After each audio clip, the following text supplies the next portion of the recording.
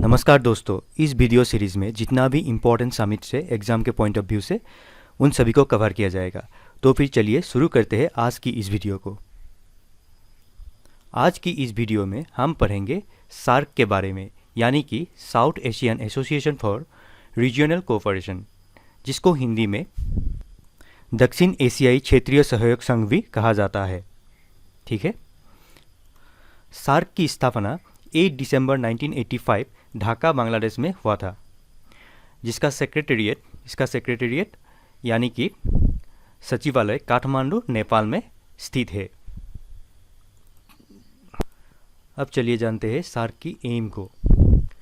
It promotes development of economic and regional integration, यानी कि आर्थिक एवं क्षेत्रीय एकीकरण को बढ़ावा देना। ठीक है। इसके साथ ही it maintains permanent diplomatic relations with the United Nations as an observer and has developed links with multilateral entities including European Union। यानी कि सार्क संयुक्त राष्ट्र में एक पर्यवेक्षक के रूप में स्थायी राजनीतिक संबंध रखता है और साथ ही साथ यूरोपियन यूनियन के सहित बहुपक्षीय संस्थाओं के साथ भी संबंध विकसित किए हैं। ठीक है। इसके बाद चलते हैं सार्क नेशन की ओर। सार्क में टोटल अभी 8 कंट्रीज है, 8 नेशंस है। अफगानिस्तान, पाकिस्तान, नेपाल, श्रीलंका, भूटान, बांग्लादेश, मालदीव्स और इंडिया। ठीक है। इन सभी कंट्रीज को याद रखने के लिए एक ट्रिक है। श्री भुवन पाल अपनी माँ और पा के साथ इंडिया और अफगानिस्तान घूमने चले। यहाँ श्री से हो गया श्रीलंका, भू से हो गया भूटान, बान से हो गया बांग्लादेश, पाल से हो गया नेपाल, माँ से हो गया मालदीव्स, पा से हो गया पाकिस्तान और इंडिया, अफगानिस्तान। एक बार फिर दोहराते हैं। श्री भुवन पाल अपनी माँ और पा के साथ इंडिया और अफगानिस्तान घूमने चले। श्री से श्रीलंका, भू से भूटान, बान से बांग्लादेश, पाल से नेपाल, माँ से मालदीव्स, पा से पाकिस्तान, इंडिया और अफगानिस्तान।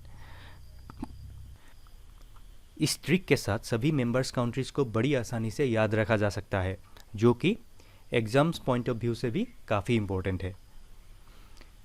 चलिए आगे बढ़ते हैं। एक बार इन सभी कंट्रीज को मैप में भी देख लेते हैं ताकि याद रखने में और भी आसानी हो। ठीक है। ये हो गया अफगानिस्तान, फिर पाकिस्तान, फिर हमारा इंडिया, और ये हो गया नेपाल, ये हो गया भूटान, ये हो गया बांग्लादेश, ये श्रीलंका और मालदीव्स। ठीक है। अब चलिए आगे बढ़ते हैं। चलिए कुछ इम्पोर्टेंट फैक्ट्स भी जान लेते हैं रिगार्डिंग सार्क।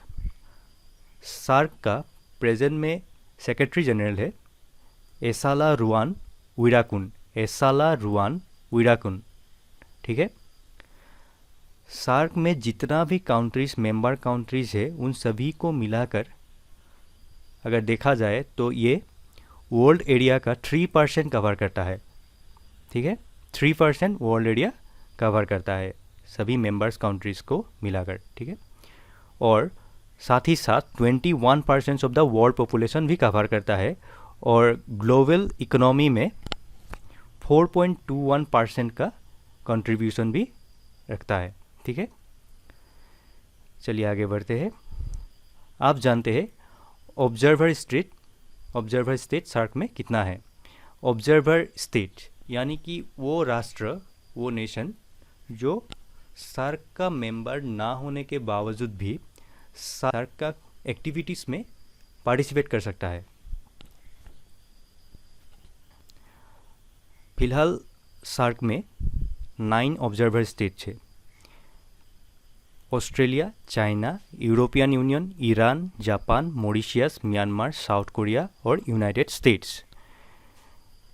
ये जो मैप में आप लाइट ब्लू कलर में जो कंट्रीज दिखाई दे रहा है वो सभी ऑब्जर्वर स्टेट्स है। ठीक है। ये हो गया यूएसए, ये यूरोपियन यूनियन, ये Iran, China, Japan, south Korea इधर यहाँ पे हो गया मॉरिशस, ये ऑस्ट्रेलिया।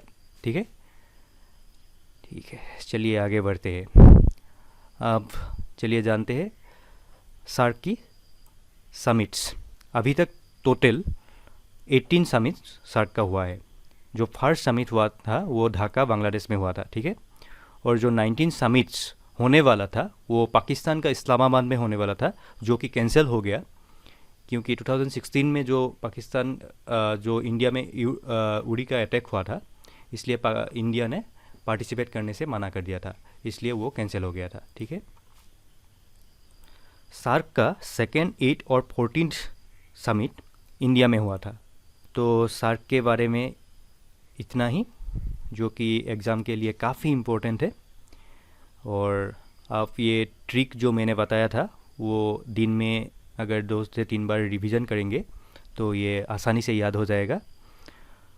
तो सार्क के बारे में आज इतना ही। अगर आपको ये वीडियो देखकर अच्छा लगा तो please do share, like and subscribe to the channel. Thank you.